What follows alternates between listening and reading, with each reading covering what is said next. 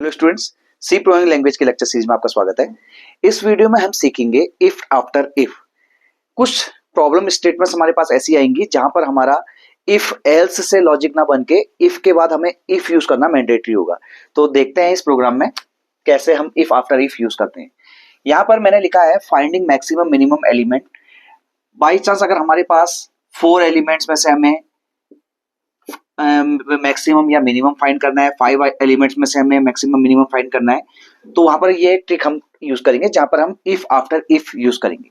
तो सबसे पहले मैं 4 वेरिएबल अपने ले लूंगा। यहाँ पे मैंने मान लीजिए ए बी सी डी, जो 4 नंबर जिनमें से मुझे मैक्सिमम मिनिमम फाइंड करना है वो मैं यहाँ पे ए बी सी डी मैंने ले लिए।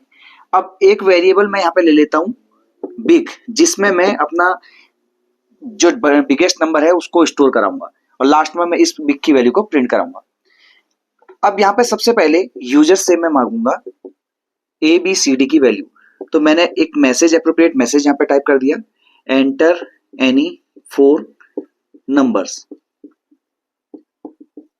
फिर उसके बाद इन नंबर्स को रीड कर लूंगा मैं, percent D percent D percent D percent D, 4 बार मैं यहाँ पे लिखूंगा। ए की वैल्यू, ए का एड्रेस, बी का एड्रेस, सी का एड्रेस और डी का एड्रेस। अब मेरे पास 4 नंबर आ चुके हैं। तो यहां पर मैं जो लॉजिक यूज करने वाला हूं उसमें इफ आफ्टर इफ यूज होगा। अब देखिए कैसे। मैंने क्या किया, सबसे पहले जो मेरा बिग वेरिएबल था, ये एज्यूम करता हूं मैं कि मेरा पहला नंबर मान लीजिए बिगेस्ट है। मान लीजिए मेरा पहला नंबर जो है वो बिगेस्ट है। मैं ये एज्यूम करते हुए ए वेरिएबल को, ए वैल्यू को जो है बिग में स्टोर कर देता हूं। तो जो भी यूजर ने, मान लीजिए यूजर ने यहाँ पे, कोई जरूरी नहीं है कि यूजर ने किसी ऑर्डर में नंबर डाले होंगे, यूजर ने random A B C D की वैल्यू डाली होंगी। तो हमने ये मान लिया कि ए जो नंबर है वो बिगेस्ट नंबर है और हमने उसको ये एज्यूम करते हुए बिग में स्टोर कर लिया। अब ये एजम्पशन देखिए, मान लीजिए यूजर ने 1 2 3 4 डाला, तो ये एजम्पशन मेरा गलत होगा। मान लीजिए यूजर ने 4 3 2 1 डाला, तो ये मेरा एजम्पशन बिल्कुल ठीक होगा। लेकिन यूजर ने मान लीजिए ऐसे डाला है 4 5 1 3, तो इस केस में भी मेरा जो एजम्पशन है गलत होगा। तो लेकिन हम इसको, अपने एजम्पशन को, हमने मान लीजिए कुछ केसेस में ये हमारा एजम्पशन सही भी हो सकता है, कुछ केसेस में हमारा एजम्पशन गलत भी हो सकता है। तो हम अपने एजम्पशन को क्रॉस चेक भी करेंगे और क्रॉस चेक करने के बाद जब हमें लगा कि हमारे एजम्पशन के अकॉर्डिंग हमने गलत वैल्यू बिग में स्टोर करी है, तो उसी के अकॉर्डिंग हम उस वैल्यू को चेंज कर लेंगे। तो अभी देखिए, मैंने कहा कि ए वैल्यू को मैंने बिग में स्टोर किया है। अब मैं लिखूंगा if be greater than big, मैंने ये लिख लिया, बी ग्रेटर देन बिग, यानी कि ए बिग में स्टोर था, तो यानी कि बिग और ए इस वक्त इक्विवेलेंट है। और मैंने ये देखा कि जो मेरा दूसरा नंबर है अगर वो बिग से बड़ा है, जो दूसरा सेकंड नंबर था बी, अगर वो बिग से बड़ा है, तो सीधी सी बात है, अगर मेरा दूसरा नंबर पहले नंबर से बड़ा है तो अब बिग में जो वेरिएबल मेरा, अभी तक बिग में जो मेरी वैल्यू स्टोर थी 4, वो मेरे अब किसी काम की नहीं है। अब मैं उसमें 5 स्टोर कर दूंगा। तो ये कंडीशन के ट्रू होने पर मैंने लिखा बिग इक्वल टू बी, यानी कि बिग में अभी तक जो भी वैल्यू स्टोर थी अब वो किससे अपडेट हो जाएगी, 5 से, क्योंकि वो मेरी वैल्यू किसी काम की नहीं है। तो यहां पर हम एक तरह से 2 नंबर, पहला ए नंबर हो गया, अब बी नंबर हो गया। अब आता है सी की बारी।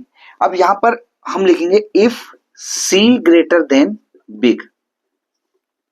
सी ग्रेटर देन बिग मैंने लिखा, सेम चीज यही कि मेरा जो तीसरा नंबर है वो बिग में स्टोर है। बिग में इस वक्त बिग 5 स्टोर है मान लीजिए इस केस में, तो तीसरा नंबर मेरा बिग में स्टोर वैल्यू से बड़ा है, तो फिर से हम बिग को अपडेट कर देंगे। लेकिन अगर आप यहाँ पे हम एग्जांपल में देखें तो इस केस में यहाँ पे ऐसा नहीं है। इस एग्जांपल में अगर आप देखें तो यहाँ पर ऐसा हो रहा है, मेरा जो वेरिएबल सी है वो बिग में स्टोर वैल्यू से बड़ा है, तो उस केस में आपके वैल्यूज में 3 स्टोर हो जाएगी।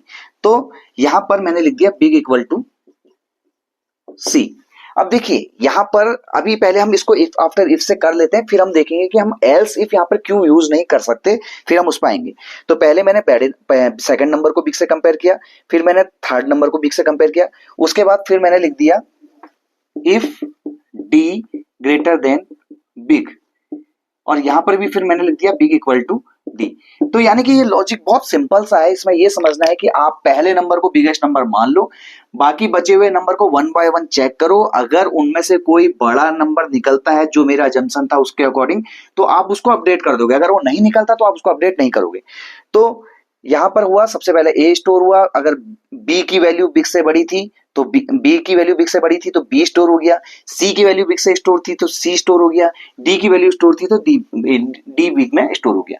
अब फाइनली जब इस सबसे हम सारे कंडीशन सारे इससे बाहर आए तो हमने प्रिंट करा the biggest number is percent D, और यहां पर हमने बिग की वैल्यू को प्रिंट करा दिया या जो भी हमने यूज लेना है बिग की वैल्यू का। उसके बाद मैंने लिखा रिटर्न 0 मेन क्लोज। तो ये हमारा बिगेस्ट नंबर फाइंड करने का। अब यहाँ पे स्मॉलेस्ट अगर दिया होता तो बस ये सिंबल जो मैंने यहाँ पे ग्रेटेस्ट का सिंबल लगाया है ग्रेटर का, यहाँ पे मैं उसको स्मॉलर का सिंबल कर लेता। तो ये तो हो गया। अब हम इस बात पे आते हैं कि यहाँ पर आखिर क्यों हमने इफ के बाद इफ यूज किया। तो इफ आफ्टर इफ का पहले भी मैं बता चुका हूं जब हमने इफ एल्स के लेक्चर डिस्कस किए थे। तो इफ आफ्टर इफ जब आता है तो पहले कभी भी ध्यान रखिएगा, ये जो इफ है, ये जो मैं इसके अंदर इफ लिखा है, ये कंडीशन लिखी है, इसका प्रीवियस इफ से कहीं तक कोई कनेक्शन, कोई लेना देना नहीं होता है। ये एक तरह से हर इफ अपने आप में इंडिपेंडेंट है। इस कंडीशन के ट्रू होने पर भी, इस कंडीशन के फॉल्स होने पर भी अगले इफ में जाएगा ही जाएगा। इफ एल्स अगर आप ध्यान रखें तो इफ एल्स में क्या होता है, अगर ये कंडीशन मेरी ट्रू होती है तो यहां जाता है, एल्स में नहीं जाता। ये कंडीशन अगर मेरी फॉल्स होती है तो एल्स में जाता है, ये होता है। और मान लीजिए फिर से फर्दर मैं एल्स इफ ले लेता हूं, फिर एल्स ले लेता हूं, तो क्या होता है, अगर ये कंडीशन मेरी ट्रू होती है तो यहां जाता है, एल्स इफ में नहीं जाता है और एल्स में नहीं जाता। अगर ये कंडीशन मेरी फॉल्स होती है और इधर फिर सेकंड कंडीशन चेक होती है, अगर ये मेरी ट्रू होती है तो एल्स इफ में जाता है, एल्स में नहीं जाता। ये कंडीशन अगर मेरी फॉल्स होती है तो फिर ये भी फॉल्स है, ये भी फॉल्स है, तो ये ऑफ कोर्स इसमें जाएगा। तो इस तरह से इफ एल्स काम करता है। अगर एक में चले गया तो दूसरे में नहीं जाता। लेकिन यहां पर मैंने बोला यहां पर ऐसा नहीं है। यहां पर अंदर जाना नहीं जाना हर पर्टिकुलर कंडीशन पर डिपेंड करेगा। इफ है तो इफ लिखा है तो इसका मतलब उसका प्रीवियस उससे कनेक्शन नहीं है कि जब ये फॉल्स होगा तब यहां आएगा, ऐसा नहीं। तो ये ट्रू है तो यहां चले जाएगा, ये ट्रू है तो यहां चले जाएगा, ये ट्रू है तो यहां चले जाएगा। तो हमने मान लीजिए टेस्ट केसेस लिए थे, इनपुट सेट्स जो हमारे हैं, तो 1 2 3 4 हम देखते हैं इसमें काम कर रहा है नहीं कर रहा है। हमने देखिए सबसे पहले यहाँ पर पहले केस में इस केस को लेके चल रहे हैं, तो 1 था तो 1 स्टोर हुआ था बिग में। फिर उसके बाद 2 ग्रेटर देन 1, तो यानी कि यहाँ पर बिग में 2 स्टोर हो जाएगा। उसके बाद देखिए ये इस वाले इफ में जाएगा ही जाएगा, हमने पहले डिस्कस कर लिया है। 3 ग्रेटर देन 2 स्टोर है इस वक्त बिग में। आप चाहे तो एक इंटरमीडिएट वेरिएबल कहीं पर ले सकते हैं बिग को, तो जो भी बिग की वैल्यू आ रही है आप उसको यहाँ पर अपडेट कर सकते हैं, तो आपको पता चलता रहेगा कि बिग में इस वक्त करंटली क्या स्टोर है। अब उसके बाद फिर मैंने कहा डी ग्रेटर देन बिग यानी कि 4 ग्रेटर देन 3।